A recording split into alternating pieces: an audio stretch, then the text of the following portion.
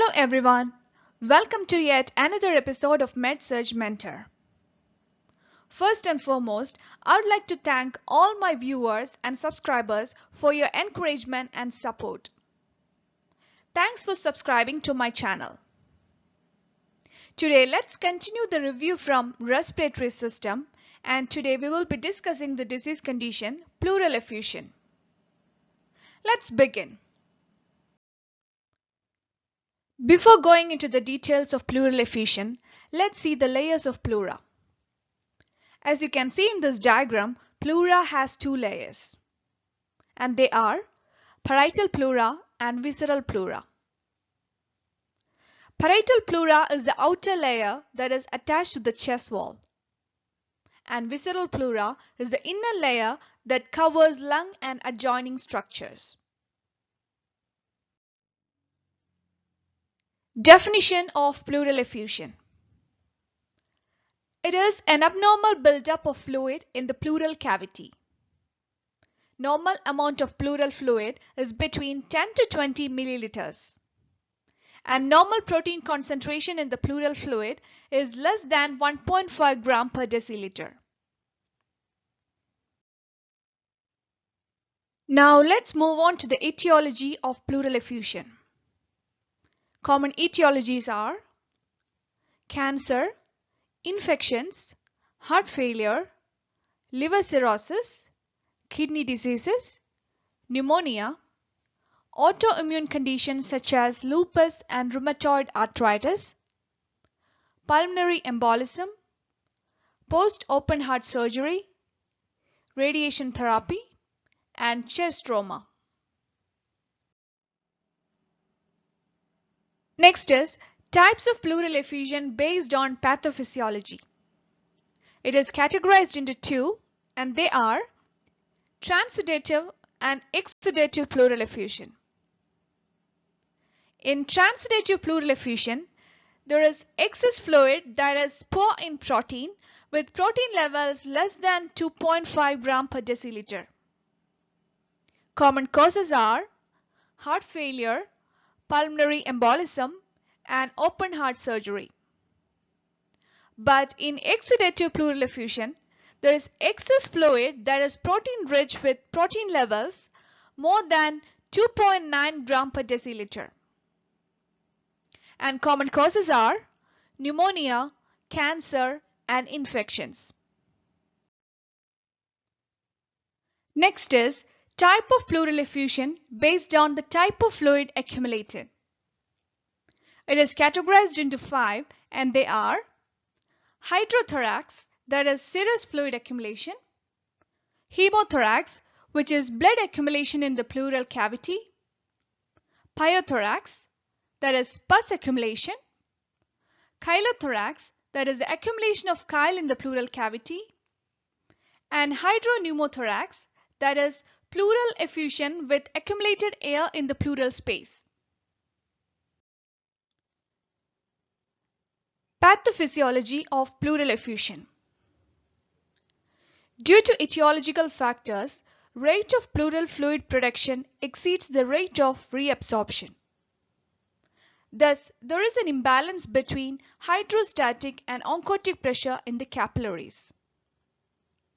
So, in conditions like pneumonia, protein permeability of systemic capillaries is increased, which results in increased pleural fluid protein concentration. Gradually, it is leading to exudative pleural effusion with high protein content.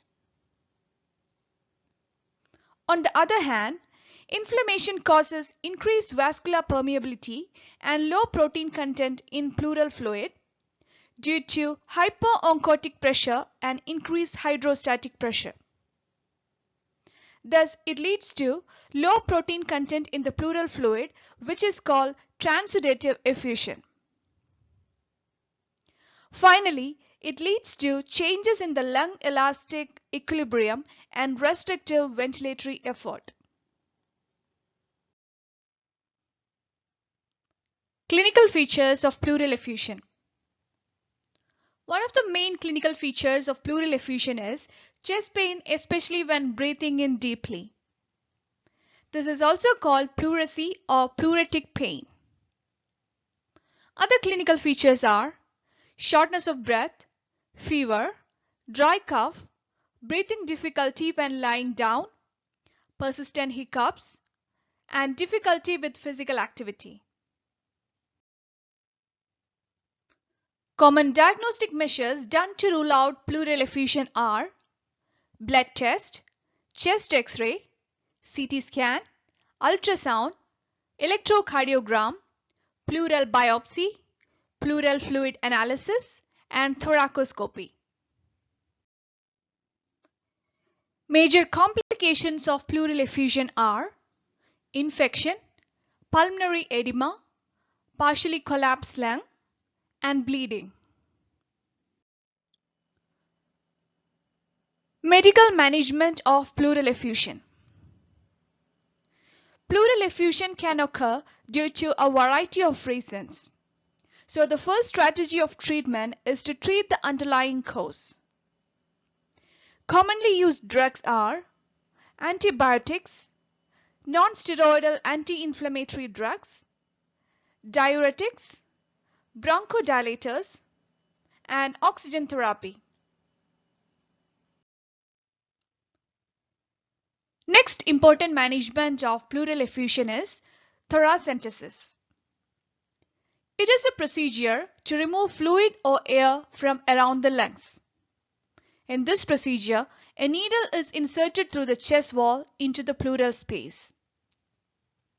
As you can see in the picture, this is generally performed with the patient sitting at the edge of the bed and leaning forward with arms resting on the bedside table.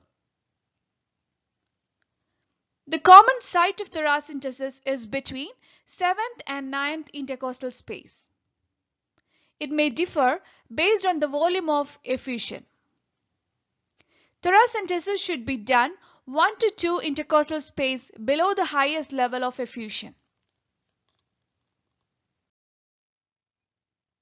Now let's see some of the invasive managements of pleural effusion. And they are tube thoracostomy, pleurodesis, pleural decortication, and thoracotomy. Let's see each one in brief. Tube thoracostomy is a minimally invasive procedure in which a thin plastic tube is inserted into the pleural space and it may be attached to a suction device to remove excess fluid or air. Second procedure is pleurodesis. It is a procedure which involves putting a irritant drug into the pleural space, which triggers an inflammatory reaction on the pleural membrane that lines the outside of the lung and inside of the chest wall. Commonly used irritants are doxycycline, tetracycline, and talc. Third procedure is pleural decortication. It is a procedure involving the surgical removal of surface layer, membrane, or the fibrous cover of the lung. It is performed when the lung is covered by a thick inelastic pleural peel, restricting the lung expansion. Last procedure is thoracotomy, and it is performed through a 6 to 8 inch incision in the chest and is recommended for pleural effusion when infection is present. A thoracotomy is performed to remove all fibrous tissue and aids in eliminating infection from the pleural space. Nursing diagnosis for a patient with pleural effusion. Common nursing diagnoses are acute pain related to inflammation and swelling of pleura, ineffective breathing pattern related to excess fluid collection in the pleural space, activity intolerance related to pain and weakness, ineffective airway clearance related to weakness and poor coughing effort, impaired thermoregulation, hyperthermia related to inflammatory process, impaired gas exchange related to decreased lung function, fear and anxiety regarding breathing difficulty and uncertain outcome, and risk for infection related to pooling of secretions in the pleural space. Nursing care of patient with pleural effusion. Common nursing cares are: assess pain level, vital signs, respiratory pattern, arterial blood gas values, and oxygen saturation. Assess patient to change position as tolerated. Educate patient on deep breathing exercises and relaxation techniques. Encourage patient to assume upright position. Administer prescribed antibiotics and analgesics. Encourage activity and exercises as tolerated. Administer oxygen as prescribed. Suction airways if needed. Maintain adequate hydration. And prepare patient for surgery. So far, we have seen regarding pleural effusion. It is the abnormal accumulation of excess fluid in the pleural space. It can be either exudative or transudative type. We have also seen the etiology, pathophysiology, types, clinical features, management, complications, nursing diagnosis, and nursing care. Thank you so much for watching, and see you next week with a different topic from medical surgical nursing. Thank you.